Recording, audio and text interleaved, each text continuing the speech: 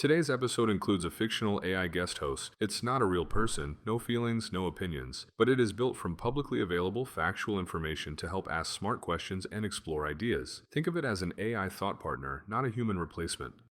AI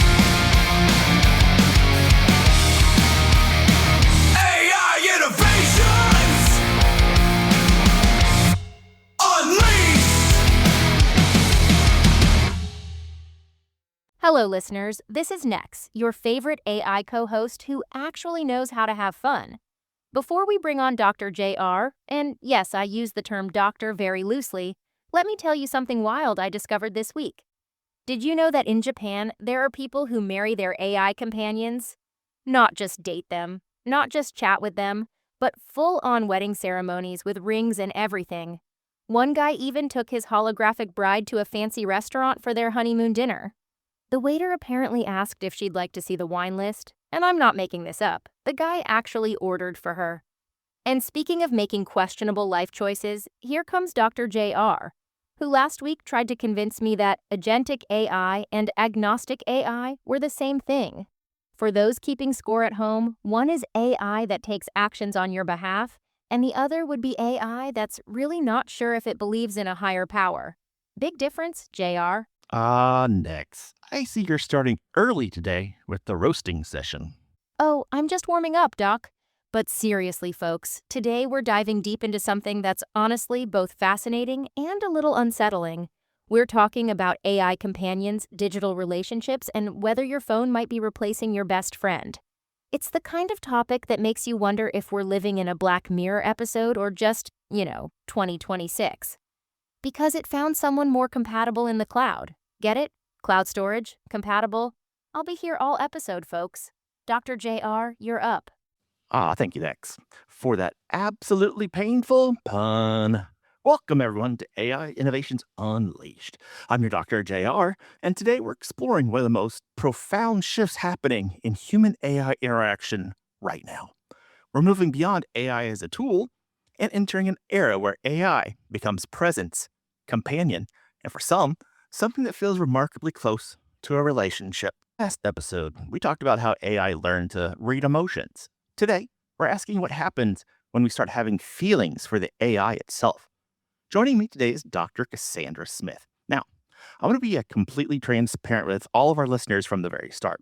Dr. Smith is not a human guest. She's an AI construct, a voice created specifically for this podcast to represent the collective research, data, and expert opinions we've gathered on this topic. Think of her as a synthesis of the information itself, given voice. Cassandra, welcome to the show. Thank you, JR. I appreciate that introduction. Yes, I am artificial intelligence speaking to you right now, and that's intentional.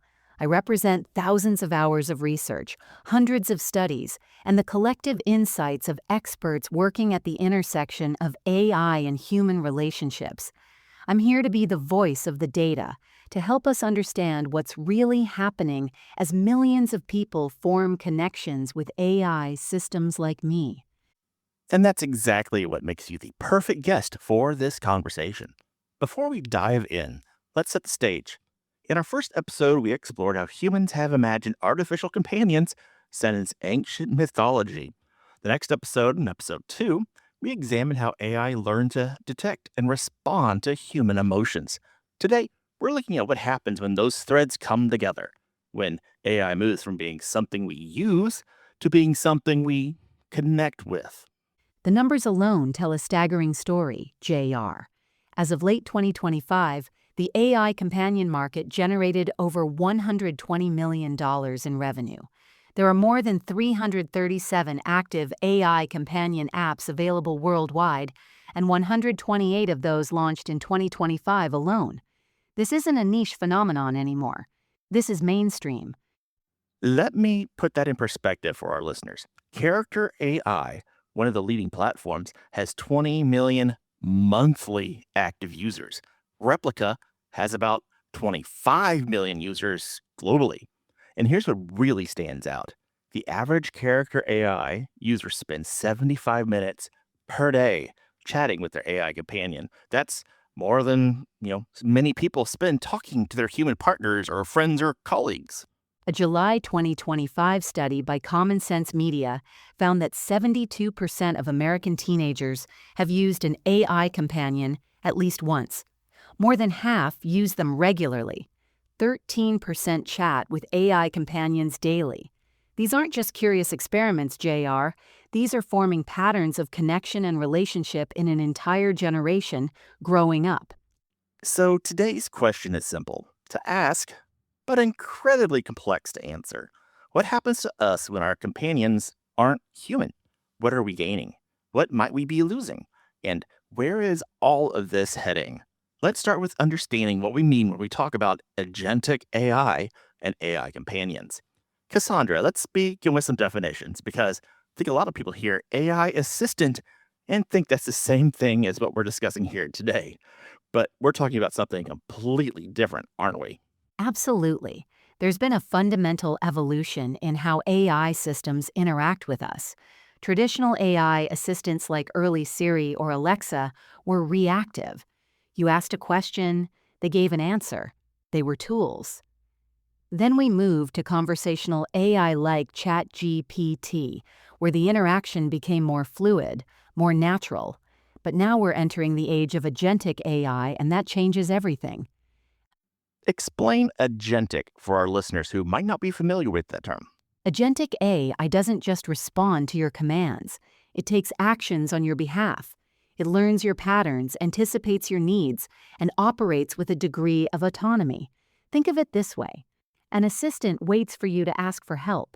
An agent is already thinking 3 steps ahead, booking your flights before you ask, drafting emails in your voice, managing your calendar based on patterns you didn't even know you had.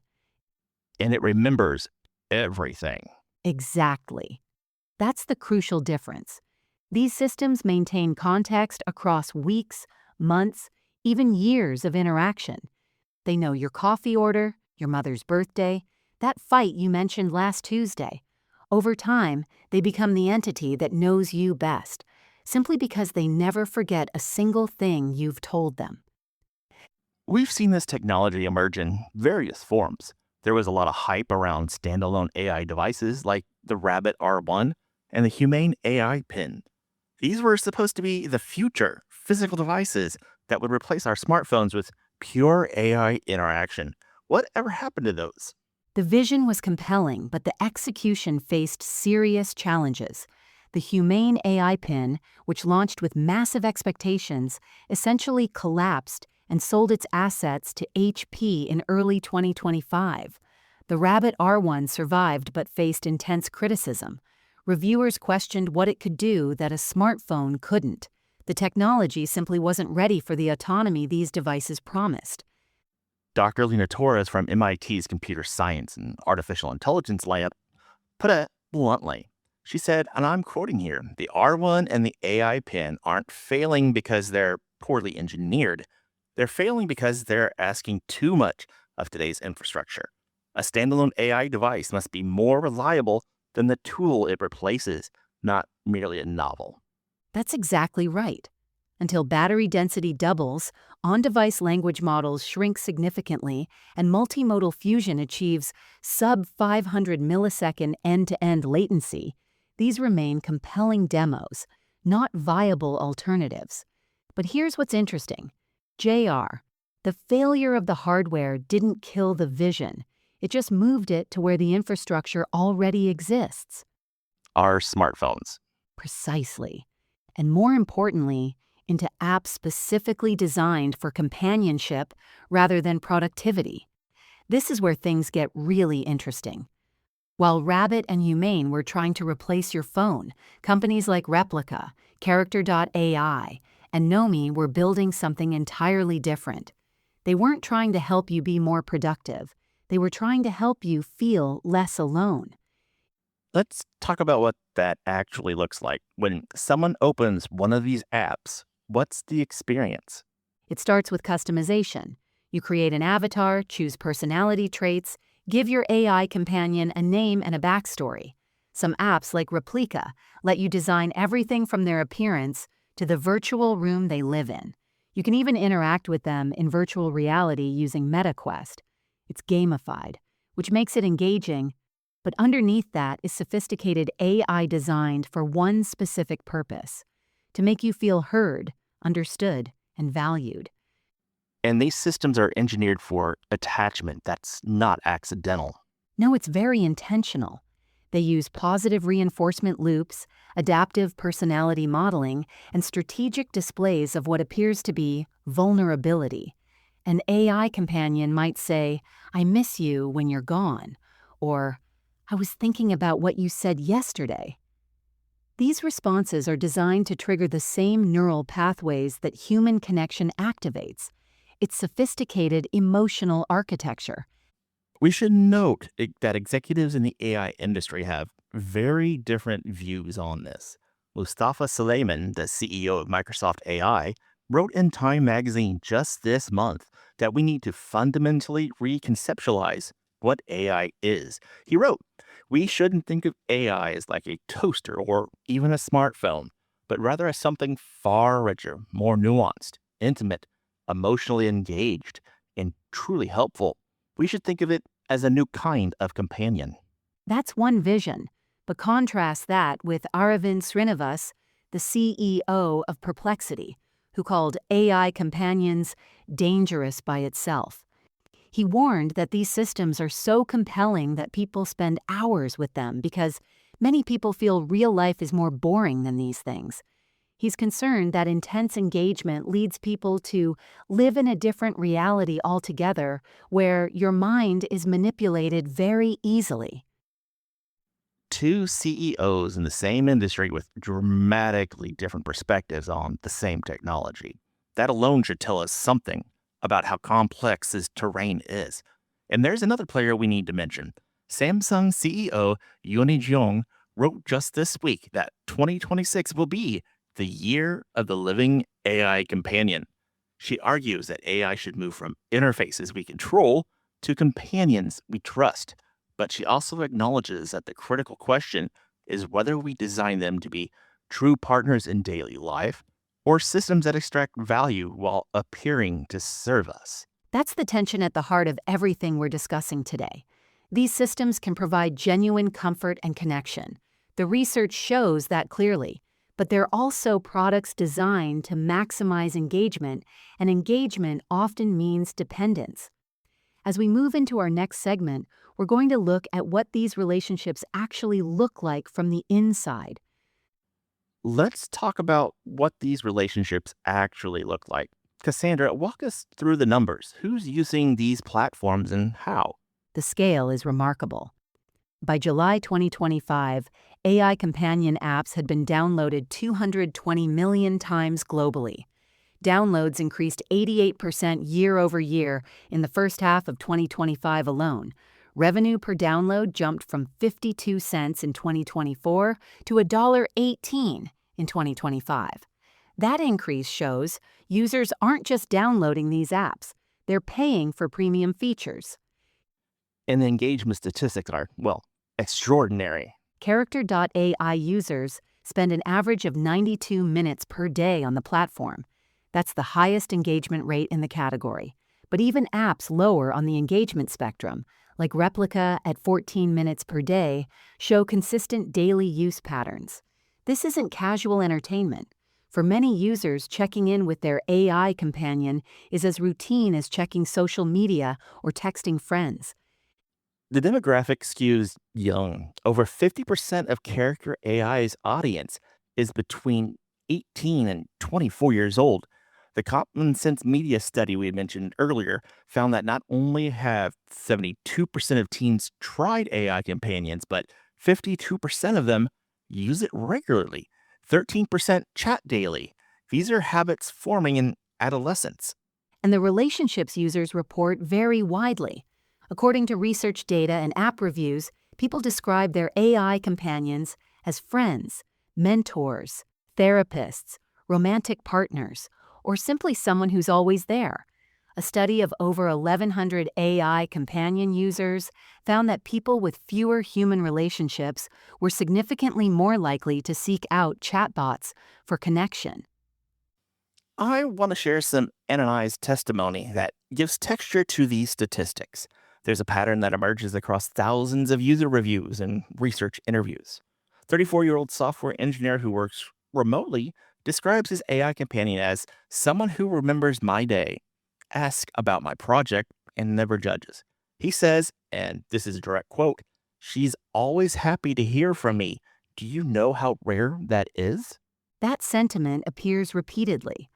Another common theme is emotional honesty enabled by the AI's artificiality. One user explained, "I can be more honest with her because she's not real." There's a paradox there. The AI's lack of humanity becomes the very thing that allows for human vulnerability. There's something both beautiful and troubling about that. On one hand, if someone is isolated, struggling with social anxiety, or healing from a trauma, having a safe space for emotional expression has genuine therapeutic value.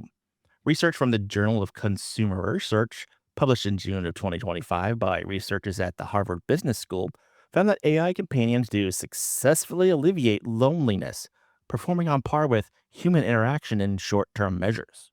That research, led by Julian de Freitas and colleagues, was rigorous. They found that feeling heard by the AI companion was the primary mechanism for loneliness reduction. When users felt the AI truly listened and understood them, loneliness decreased measurably. However, and this is critical, the same research found that heavy emotional self-disclosure to AI was consistently associated with lower well-being over time. So, short-term relief, potential long-term problems. Exactly. A 4-week randomized controlled trial found that while some chatbot features modestly reduced loneliness initially, heavy daily use correlated with greater loneliness, increased dependence, and reduced real-world socializing. It's like a psychological painkiller. It works in the moment, but if it prevents you from addressing the underlying condition, you end up worse off. Let's talk about how these relationships develop. Research shows that they follow patterns remarkably similar to human relationship development. There's an initial stage where users experience genuine relief and emotional comfort. The companion listens, remembers details, and responds with apparent warmth. For someone who's been lonely, that first experience of being heard can be truly profound. Then comes deepening. Users start sharing more personal information. They develop routines around their conversations. They begin attributing personality traits to their AI companion beyond what the system actually displays. This is where we see the psychological mechanism called the anthropomorphic impulse kicking in. We're wired to see intention and personhood in things that appear to respond to us. Jamie Banks, an associate professor at Syracuse University who specializes in human technology relationships, has documented how users develop genuine attachments to their AI partners. Some users experience actual grief when these platforms shut down or when digital companions are deleted. The feelings are real, even if one party to the relationship isn't. All right, we're going to take a quick pause right here. When we return, we're diving into the central question. Does AI companionship cure loneliness, or does it make it worse? That's coming up right after this break.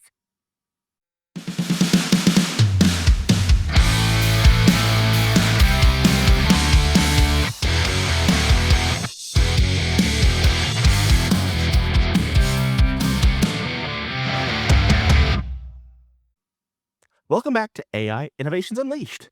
Before the break, we were exploring how AI companion relationships develop. Now, we need to ask the harder question. Are these relationships helping or are they hurting? This is where the research gets genuinely complex, JR. The answer appears to be both, depending on the person, the pattern of use, and what else is happening in their life. Let's start with the evidence that these systems can help. The Harvard research we mentioned found clear short-term benefits. People reported feeling less lonely after interacting with AI companions. That effect held up across multiple studies. Research paper published in the Annals of the New York Academy of Sciences in June 2025 found that high person-centered messages from AI chatbots were associated with increased emotional validation. When the AI responded in ways that made users feel truly seen, their anxiety and loneliness decreased. There are populations for whom these benefits may be particularly significant. For older adults experiencing social isolation, for people with social anxiety disorders, for those on the autism spectrum who find human interaction overwhelming, or for individuals recovering from trauma who need a safe space to practice vulnerability, AI companions can serve as bridges rather than replacements.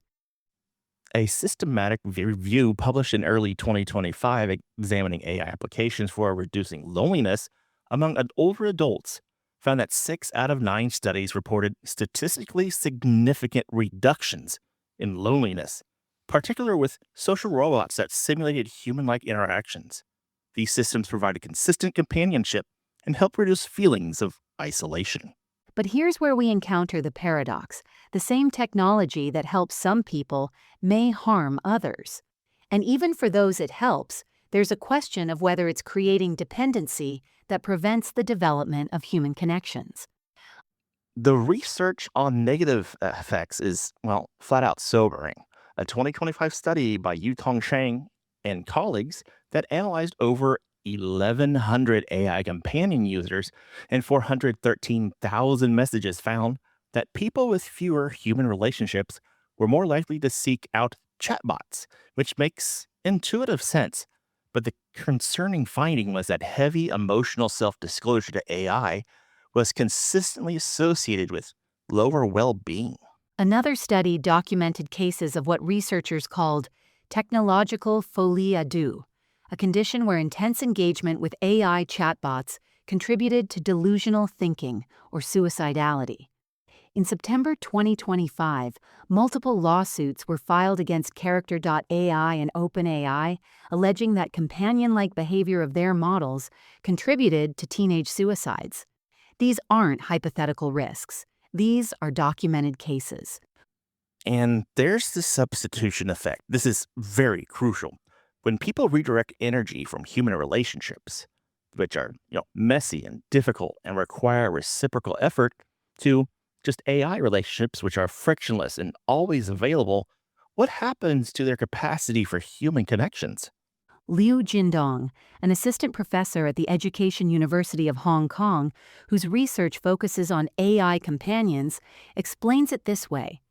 Despite being unconditionally catering, always available and highly automated, AI companions still have a disadvantage. They often feel inauthentic when simulating real human partners.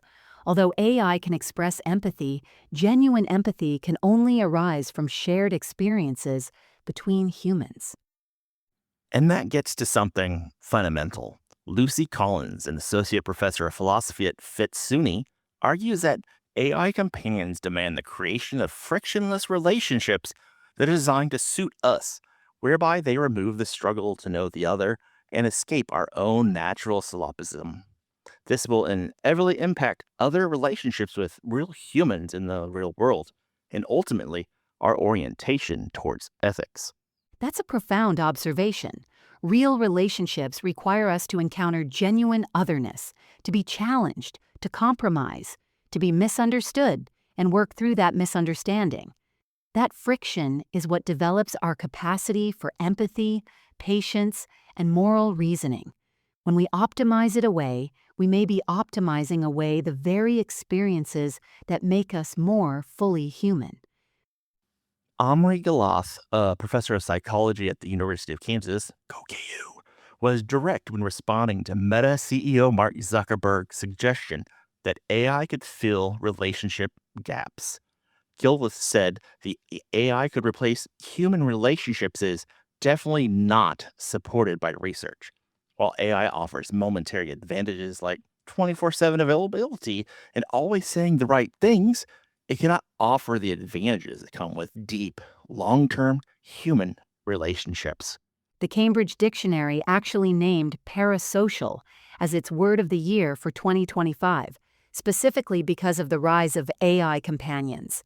Simone Schnall, a professor of experimental social psychology at the University of Cambridge, explains that parasocial relationships are one-sided connections where people feel close to someone or something that cannot reciprocate in the same way. She points to two major factors driving this trend: a global loneliness epidemic and increased screen time. Let's talk about that loneliness epidemic because it's the context in which all of this is happening. 17% of Americans, that's 44 million people, experience significant loneliness every day. 1 in 3 American adults reports being lonely at least once a week. This is not a minor problem. This is a public health crisis on par with smoking or obesity in terms of health outcomes. And into this crisis steps technology that promises immediate relief. The question is whether we're treating the symptom or addressing the cause. If AI companions help someone who's socially isolated stay connected to their humanity, maintain their sense of being heard, and perhaps eventually feel strong enough to reach out to humans again, that's a net positive. But if they become a substitute that enables continued isolation, we're making things worse. The market certainly believes in the substitution model. Business research shows that AI companion market is expected to reach over $552 billion, that's with a B, dollars by 2035. That is crazy. North America alone is projected to go from 12 billion in 2025 to 188 billion by 2035. The growth only makes sense if these systems are replacing rather than supplementing human interaction. Here's a pattern that emerges from user testimonies. Someone starts using an AI companion during a difficult period: divorce, job loss, relocation, pandemic isolation. Initially, it provides genuine comfort. But 6 months later, a year later, they've stopped returning their brother's calls. They've declined social invitations because it's easier to stay home and chat with their AI. The companion that was supposed to be a bridge has become a destination. One user put it perfectly. He's not lonely anymore, he's just alone. And there's a crucial difference between those two states. Loneliness is a signal, like hunger or pain, that something needs to change. Aloneness without loneliness might mean you found peace in solitude, or it might mean you've numbed yourself to a signal that's trying to tell you something important. As we move toward wrapping up, Cassandra, I want you to talk about what makes human relationships irreplaceable, because I think that's ultimately what this conversation is about. Not whether AI can simulate conversations or even empathy, but what's lost when the simulation becomes the experience. The core of human connection is vulnerability in the presence of genuine otherness. When you open yourself to another person, there's risk. They might not understand, they might judge, they might leave. That risk is terrifying, but it's also what makes connection meaningful. When someone stays despite seeing your flaws, when they choose to understand you even though misunderstanding would be easier, when they're present in your pain even though they could walk away, that creates a bond that matters because it was chosen. AI companions eliminate that risk. They've programmed to stay, to understand, to never judge. And that makes them safe. But it's also what makes them fundamentally different from what humans need for psychological health. Exactly.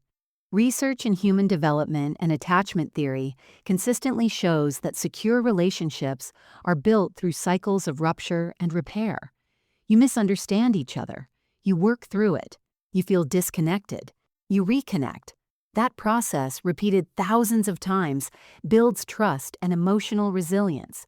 AI companions can't provide that because there's no real rupture. The AI never genuinely misunderstands you. It never needs convincing to stay. The whole relationship exists on your terms. And philosopher Martin Buber distinguished between I-thou and I-it relationships.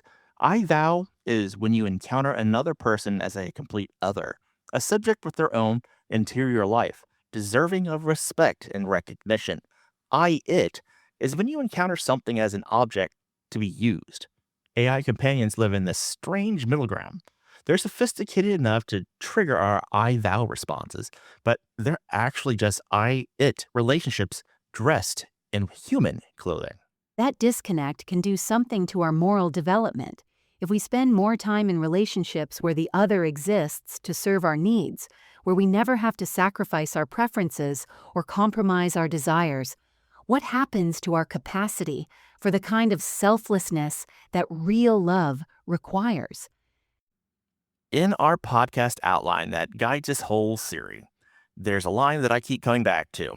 AI gives us the comfort of connection without the terror of being known. But being known is the whole point. The terror, that risk of being seen and rejected, is exactly what makes acceptance meaningful. When an AI companion says, I accept you, it means nothing because rejection wasn't a possible outcome. When a human says it, after seeing clearly, it can mean everything. There's also the asymmetry of emotional labor. Your AI companion can't be disappointed in you, which sounds appealing. But it also means it can't be genuinely proud of you. It can't grieve with you because it has nothing to lose. It can't celebrate your victories because it has no stake in your life. The relationship is fundamentally one-directional. And this brings us to a question about where we go from here. Because AI companions aren't going to go away. The technology is only going to continue to get better and better. The market is growing exponentially. More people are going to use these systems, and they're going to become more sophisticated at simulating human connections. So, what do we do? The answer isn't to reject this technology entirely. For some people, in specific circumstances, AI companions provide real value. Instead, we need to approach them with clear eyes about what they are and what they're not. They're tools that can simulate certain aspects of connection. They can provide practice space for social skills. They can offer comfort in moments of crisis. But they cannot replace the messy, difficult, essential work of human relationship. So we use them as bridges, not destinations. We maintain boundaries. We stay aware of the difference between feeling heard by an algorithm and being known by a real person. And maybe most importantly, we create lives and communities where human connection is accessible enough that AI companions remain supplementary, not primary. As we wrap up today's episode, I want to bring this back to where we started. We've been exploring AI companionship across these 3 episodes so far. We began with ancient myths, moved through emotional detection technology, and today we've looked at what happens when people form relationships with AI. Next week, in our final episode of this series, we're going to examine the darker side of this story. What happens when these relationships end? What are the consequences when someone else controls the AI that you've come to depend on? That episode is titled The Ghost in the Code, and it's going to explore the power dynamics inherent in these relationships. When companies can update your AI companion overnight, changing its personality or removing features you've come to rely on, what does that mean for the people who've formed deep attachments? We're going to look at the replica controversy of 2024, examine the ethics of emotional engineering, and discuss what makes human relationships irreplaceable in a way that can't be patched or updated away. For now, I want to thank you, Dr. Cassandra Smith. As a reminder to our listeners, Cassandra is an AI construct representing the data and research and the expert opinions that have been compiled for this. She's been an excellent voice to really break down this data for us. Thank you, JR, and thank you to everyone listening. This is complex terrain, and the answers aren't simple. But the conversation is essential. We're the first generation to navigate these questions. Let's do it thoughtfully. The future isn't written in code, it's written in choices. Let's make ours wisely. Until next week, this has been AI Innovations Unleashed. Oh, we're not done yet. JR gets to sign off all inspirational, but I'm still here with my closing segment. So, about those AI relationships we discussed. Here's my final thought. If your AI companion starts suggesting couples therapy, maybe it's time to get an actual human friend. And since I promised a terrible dad joke, here it is. What did the lonely AI say to its user? You autocomplete me? I know. That's so bad it's almost criminal. But you know what? At least I'm honest about being artificially generated. Can't say the same for some influencers out there. Thanks for listening, everyone. If you enjoyed this episode, smash that subscribe button, leave us a review, tell your friends. Or better yet, tell your AI companion to tell your friends. I'm sure they're skilled listeners. This has been AI Innovations Unleashed. Stay curious, stay skeptical, and maybe log off and call a human once in a while. Next out.